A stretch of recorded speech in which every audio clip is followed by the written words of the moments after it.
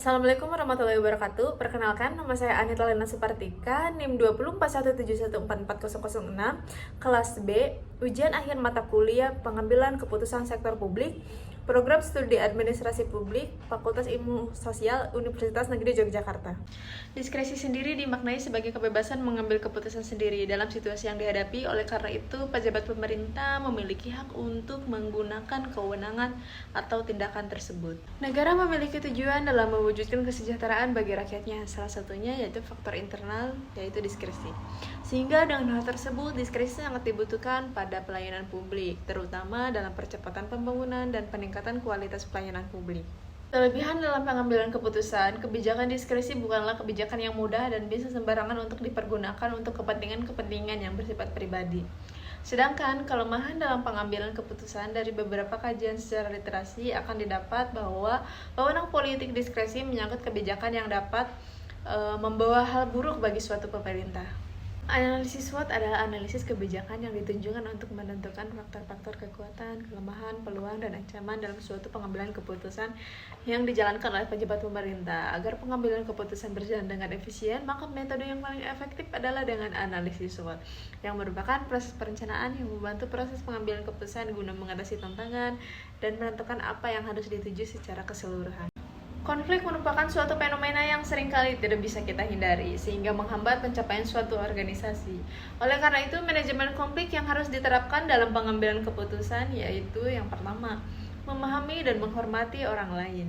Yang kedua yaitu menciptakan prosedur dan mekanisme penyelesaian konflik. Yang ketiga yaitu memfasilitasi pelaksanaan kegiatan melalui peran serta pemahaman bersama.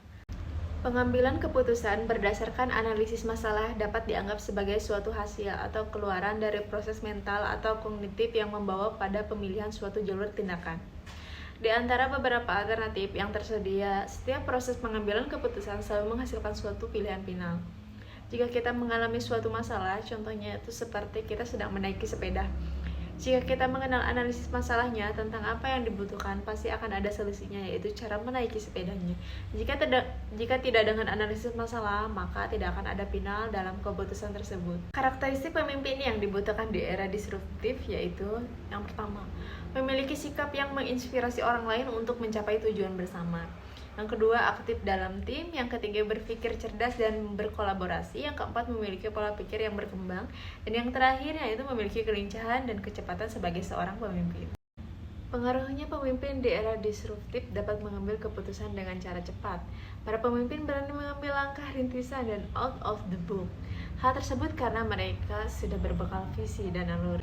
Penelitian Conferry dengan ribuan pemimpin di seluruh dunia mengidentifikasi 8 keharusan pengembangan kepemimpinan yang efektif yang dimasukkan ke dalam pembangunan karakter di era disruptif. Yang pertama yaitu pola pikir berkembang, yang kedua emosi itu penting, yang ketiga perhatian, yang keempat stres diperlukan, yang kelima pengalaman baru memicu pembelajaran, yang keenam belajar bersama orang lain, yang ketujuh latihan dan relaksi yang disengaja, yang kedelapan yaitu komitmen berlaku. Di video sebelumnya merupakan hasil dari ujian akhir semester saya di semester 4 ini. Terima kasih Bu Nia atas ilmunya yang selalu bermanfaat untuk saya. Saya berharap ilmunya dapat selalu bermanfaat untuk saya untuk kedepannya, dan semoga ujian akhir di semester 4 ini semoga mendapatkan nilai yang maksimal. Ikan hiu makan terasi. Cukup sekian dan terima kasih.